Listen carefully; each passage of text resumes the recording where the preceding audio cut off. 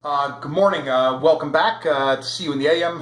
Glad to have you with us. We're going to get back today to what we started on Monday with part two of our focus on word emphasis, tone, delivery, voice inflection, and we're going to get more into the application of that today. We're going to understand it from the three different sections that would make up the sales process. We have the discovery section, we have the presentation, and then you have where we're overcoming objections, addressing concerns, answering questions. So we're going to address each one of these sections with some ideas as far as what we can do in terms of word emphasis, our tone, our delivery, our energies that we're going to portray, and make sure that we are doing that to the best of our ability to achieve success in meeting customers' needs and expressing that to them. So the first area is discovery, or during the interview process. Now, it should be enthusiastic, but again, not over the top. It's got to be natural.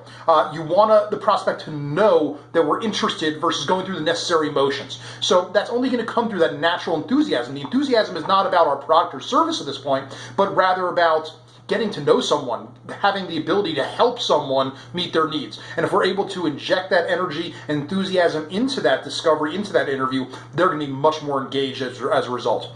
The next stage is during the presentation. Now, this kind of enthusiasm, again, it's very dangerous because some people cross into the infomercial zone, over the top zone. So we got to still keep it real, keep it natural, but you got to act like you're talking to your best friend about the thing you're most passionate about in the world. That's a nice analogy that I've used for many people over the years, and use that same feeling, that same tone when describing your product or service to a prospect.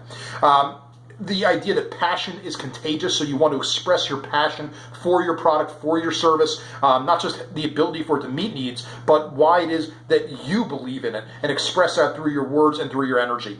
And as we said yesterday, a quote of painting a picture, so paint the picture of your 100% belief in your product or service that it will meet the needs and expectations of the prospective buyer. Now, the final stage of the sales process, which is addressing concerns, answering questions, overcoming objections. Now, this is where you need to tone things down. You don't want to have anything even close to over the top, quite the opposite. We need to build trust. You have that passive, more empathetic tone or delivery. And by doing so, you're going to build more trust in you and your understanding of their concerns. Now, the majority of the time, the prospect, they don't buy due to trust-related issues. That's like the number one reason why, in my opinion, people don't buy. So through your voice, through your tone, you're going to build that trust, not just through your words alone.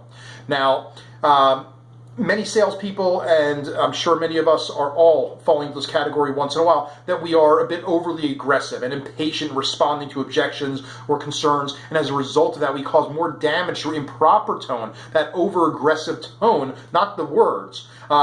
Even if we're using good logic, sound logic, then through the tone, we turn people off when we're responding to those concerns. So it's important to be aware of how we're coming across, the emotions that are getting elicited, the buttons being pushed.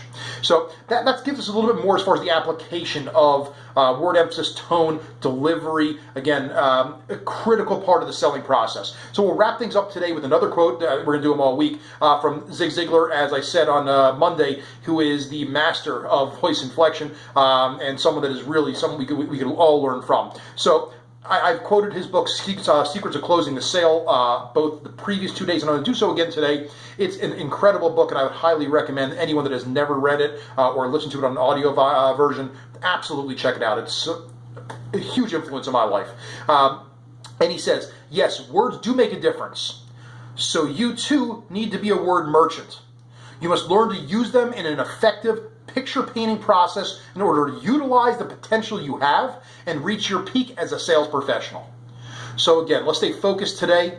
Let's do our best to elicit positive emotions, build trust with people, get our passion to come through, and do that by being a word merchant, as he calls it. Let's have a successful day, an awesome day, and I'll look forward to seeing you in the AM.